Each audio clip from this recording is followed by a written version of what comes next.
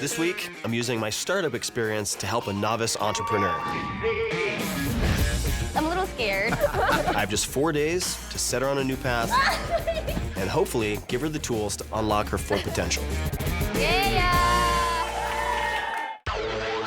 I'm Tim Ferriss, best-selling author and human guinea pig. I'll show you how to make the impossible possible by bending the rules. I'll find the world's best teachers and push myself to the edge to deconstruct, decode, and demystify some of the world's toughest challenges in record time.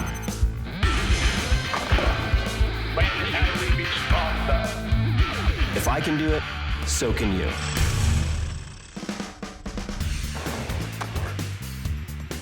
This week's experiment is building a business. And instead of being the student, I'm one of the teachers. We're here in my hometown, San Francisco, kingdom of the startups, to help a beginner get up and running. The other teacher, my partner in crime, is Noah Kagan.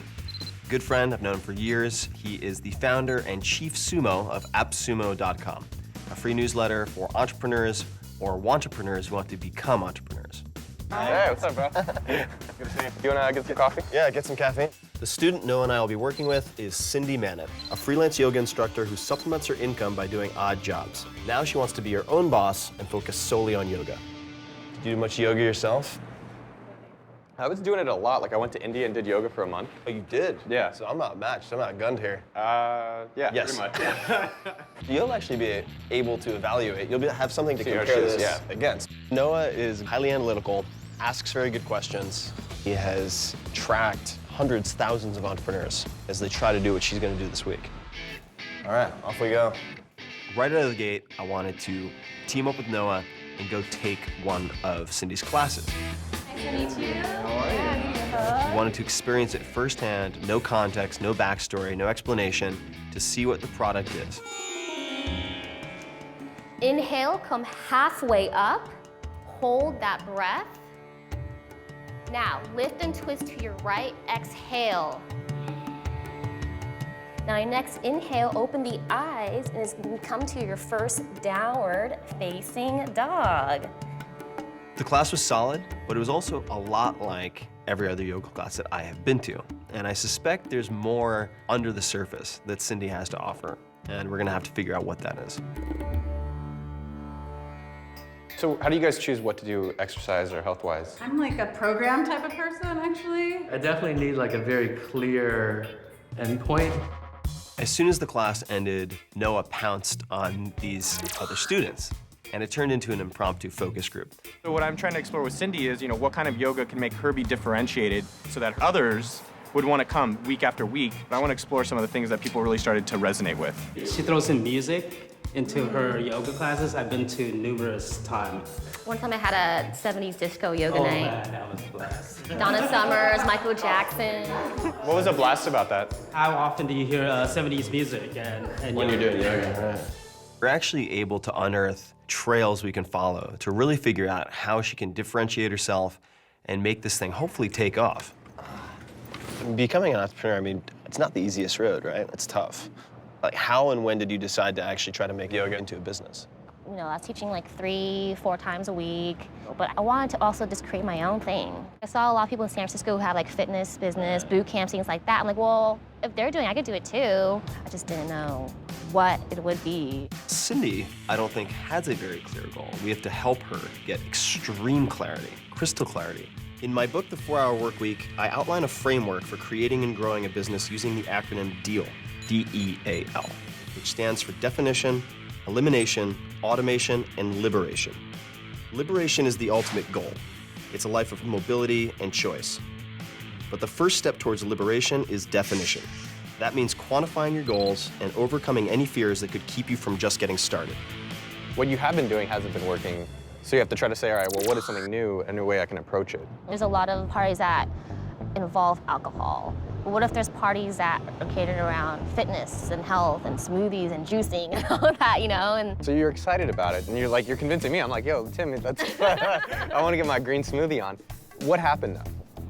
it's like, oh, how do I do that? What was the worst thing that could have happened if you actually went for it? I guess the worst thing would be just no one shows up. As a thought, it might be interesting to have her right now try a coffee challenge. It was? The coffee challenge is where you go up to some random person, the guy in there, they don't know about it, and you ask for 10% off. She's very timid. She can be extremely timid and shy. Why would I ask for a discount on coffee? We have to train her to get to the point where she can walk through those irrational fears, and you start with silly things. Have you had people ask for discounts on your classes? I guess I could do I think that means she should do it, yeah. It's all yours. I'm kind of nervous. Yeah, this is great. Don't make me nervous. Yeah, knock him dead. You'll do great. All right. Fear is a really interesting animal. It's something that we all face in different ways. Can I get one mate with 10% off on there? You have to inoculate yourself Would that be okay? against the fear of rejection, uncomfortable conversations, asking for things you think you might not deserve, but really need. Yeah, well, it's like I've done it. Mundane, yeah. Hey. Hey. So, Thank you. What happened? He's like, yeah, sure. What's the special occasion? I'm like, okay. Congratulations. Yeah, thank you. You can really train for the big stuff that you're afraid of by practicing with the really little things. I'd like to perhaps explore fear a little bit more. Oh, no. On my first day with Cindy, we began with Deal, a strategy from my book, The 4-Hour Workweek, to help her make the leap from freelance yoga instructor to full-time holistic entrepreneur. Entrepreneurship is a full contact sport. We're getting Cindy into the game and immediately forcing her to do things that make her uncomfortable. And we're using some unorthodox methods.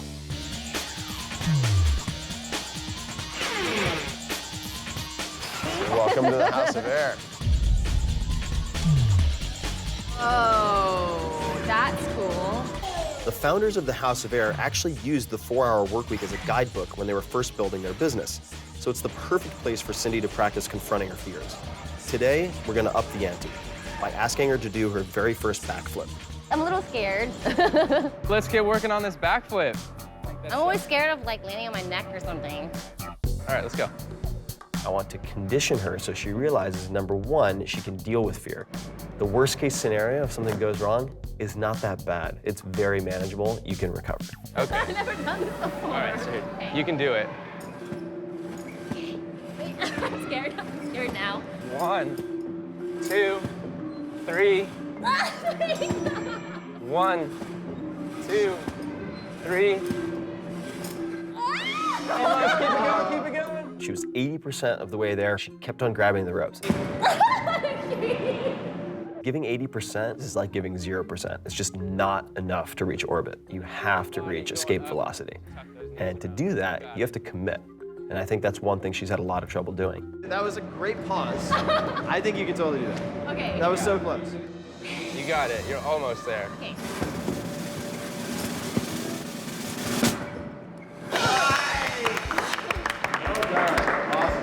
No rope either. She eventually did it without grabbing the ropes. In a way, I think that that will transfer to the other things that we're doing. First backflip ever. That's a big deal. Which was harder, the 10% off coffee or the backflip? Backflip. Backflip? Cindy is really starting to grasp the critical importance of overcoming fears in order to reach her goals. Now, it's simply time for her to define exactly what those goals are. So, I want to ask you a bit about what really gets you excited. I just visualize, I don't know, kids, people, family coming together and using yoga as a space of community gathering. But what's missing then? Like, why are we here? I want to make more money. Okay, now we're getting somewhere. There it is. Definition involves defining your ideal lifestyle through quantification. So imagine your ideal retirement that maybe you're postponing for 10, 20, or more years. What do you have? What do you do? And how much does it cost on a monthly basis? This becomes your TMI, your target monthly income. What's more money? And what would a solid amount be? If I could make just $5,000 a month, I'd be fine. With 5K, you have an extra 2,500. What do you do with that? I want to take my parents back to Thailand because they barely go on vacation. Like, I want to be able to take them back and they don't have to worry about buying that plane ticket. Now we're clear about the amount Cindy needs to cover her monthly expenses, about $2,500, and how much she needs for liberation, which is between $4,000 and $5,000 per month. But the question remains, how does she reach that goal? What sets her apart from every other yoga instructor and catapults her into the lucrative realm of the truly unique? What does the future look like? Like, if you're trying to drive somewhere, you need to know the destination. Right. Which idea, besides just being another boring-ass yoga teacher, right? Like if you're gonna do I don't want to be a boring ass yoga teacher. That would suck, you know? It's not gonna get me anywhere. It's time for Cindy to up her game, so I'm giving her a true stretch goal. I would like to propose that you host a disco yoga party / class, at least 30 people, and they all have to pay. You got really quiet all of a sudden. I'm like, shoot, I have 2 days. I'm starting to think already. This will be the biggest class Cindy has ever taught, and she stands to make more money than she ever has before. To help her on her way, I'm giving her a book that I consider critical for any product launch. So I think you'll find this very useful, and it might be a good idea to dig into this a little tonight. Okay. The principles in this book are extremely actionable. They're all supported by case studies. It's a great short book. Tim and Noah definitely poked at me a lot, which I guess in a way is good. The real work comes tomorrow. OMG is all I gotta say.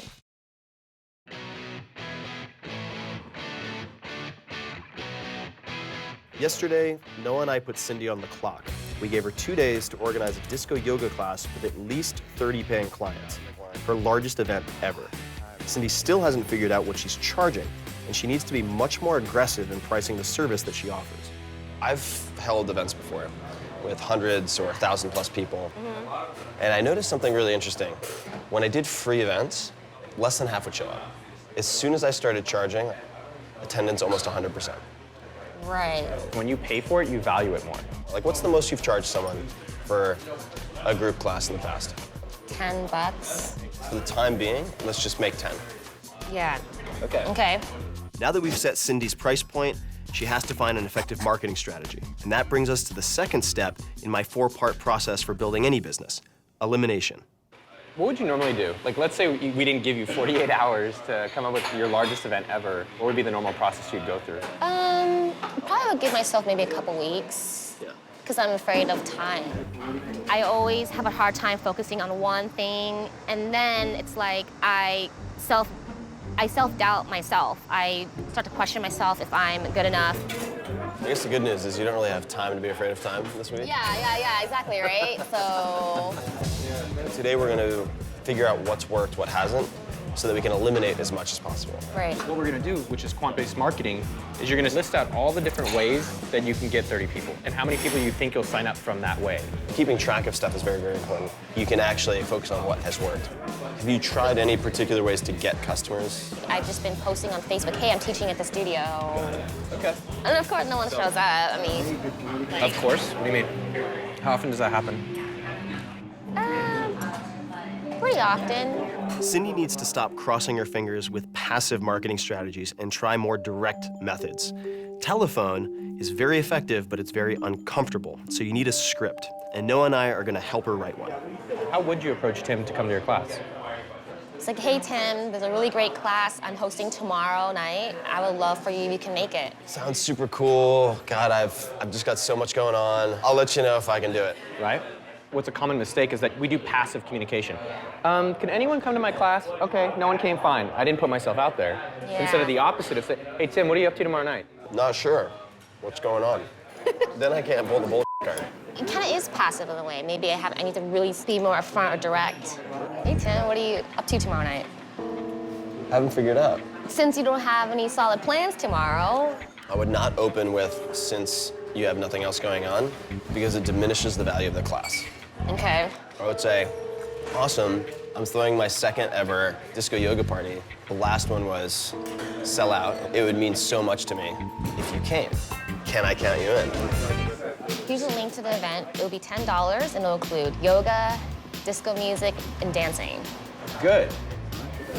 Cindy's all set with her script, so now it's time to put it to work. Hey, David. Hey, Tony. Erica. Hey, Casey. I'm throwing my second yoga, dancing, disco party. It only costs $10. You want to come? Cindy seems like a different person, and as a result, she closed 11 people and found a venue. Amazing, amazing. I've never really been pushed like that before. There's direct action now versus just sitting there wondering what I should be doing. I'm very curious to see how far she has come by tomorrow.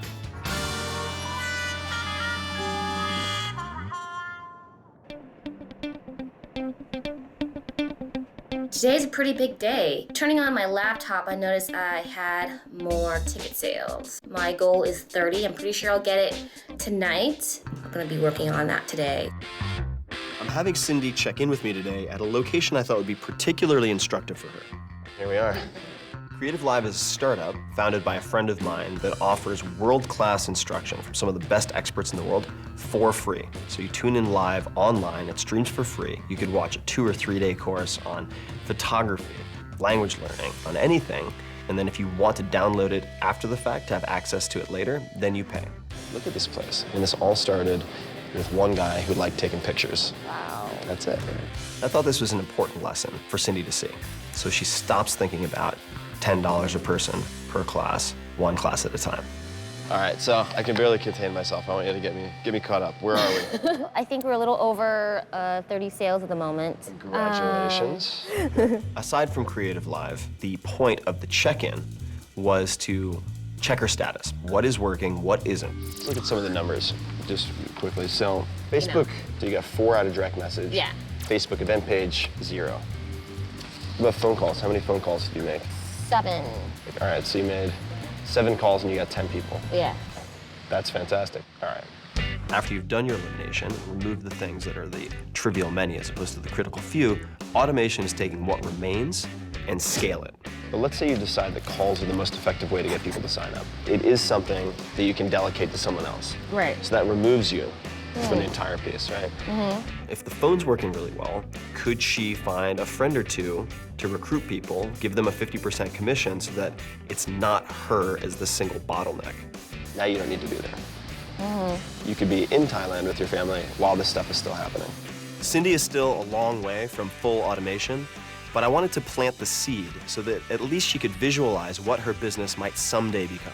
I got homework to do, got about, what, 4 more hours? Don't know, it's not much. The night of Cindy's yoga disco party has finally arrived.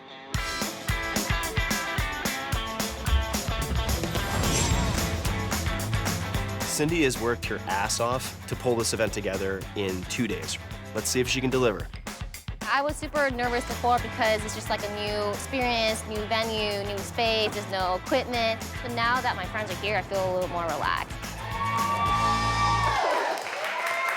I want you to set your intention for this evening.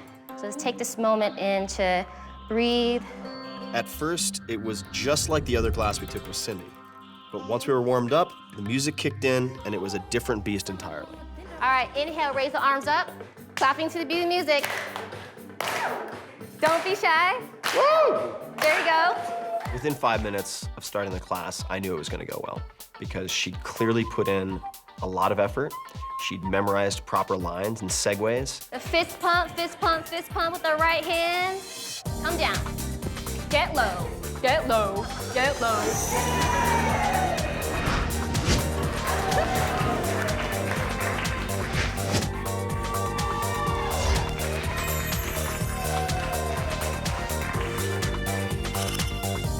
She did a great job, and people were really having a blast.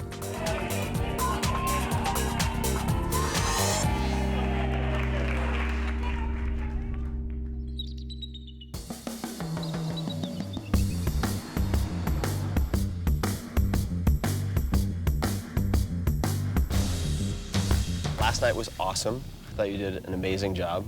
Really impressed. We got to shake our It definitely was a growing week for me. It was exhausting, but I have more confidence. I'm just excited to get started. This week, Cindy successfully put the first 2 steps of Deal into practice.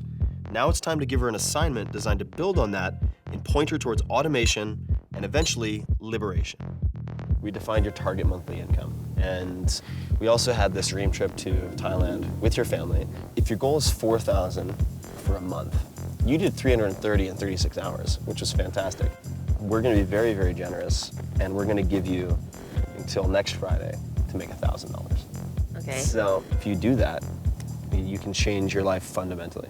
Cindy could become a world-class entrepreneur if she so chooses. Right now, she teaches a class paid by the head. She has to be there. Later on, she could farm it out. She could start to delegate, start to automate. Then, well, as they say in the infomercials, you're making money in your sleep. But you have to take it step by step. You can't try to eat the elephant in one bite. I think one of the things that Tim talks about with the system is that what you're really looking for is what can you repeat and what is going to be predictable. Cindy's next challenge is to create a unique yoga experience with a repeatable revenue model that provides her with immediate cash flow at a minimum of $1,000. High five. High five. Five. Whoa.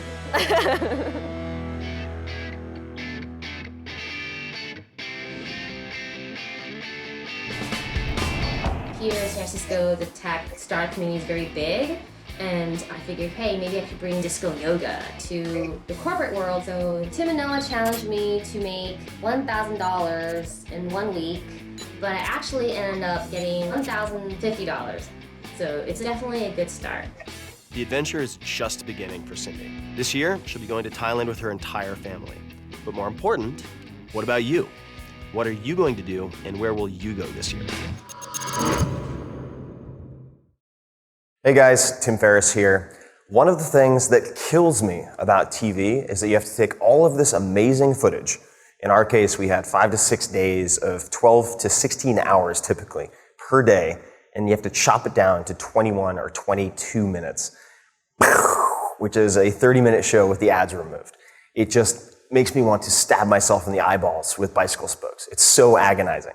The good news is we have all that footage, and so we've taken huge extended scenes, we've taken interviews, we've taken tutorials, everything imaginable that we could get our hands on that we thought was really world-class that we wanted to put in.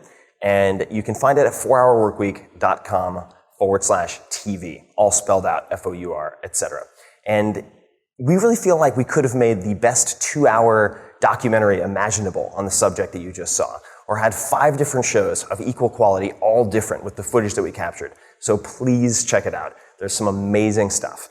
And you can also check out the podcast where I do very long, in some cases 2 to 3 hour interviews with a lot of the experts in this show. And that's the Tim Ferriss Show, which was nominated one of the best of iTunes, which I'm very, very happy about. And you can check out both. So find everything at 4hourworkweek.com/TV. And if you think that's an oxymoron, by the way, you're right. If you want a 4-hour work week, do not work in television. Thank you for watching.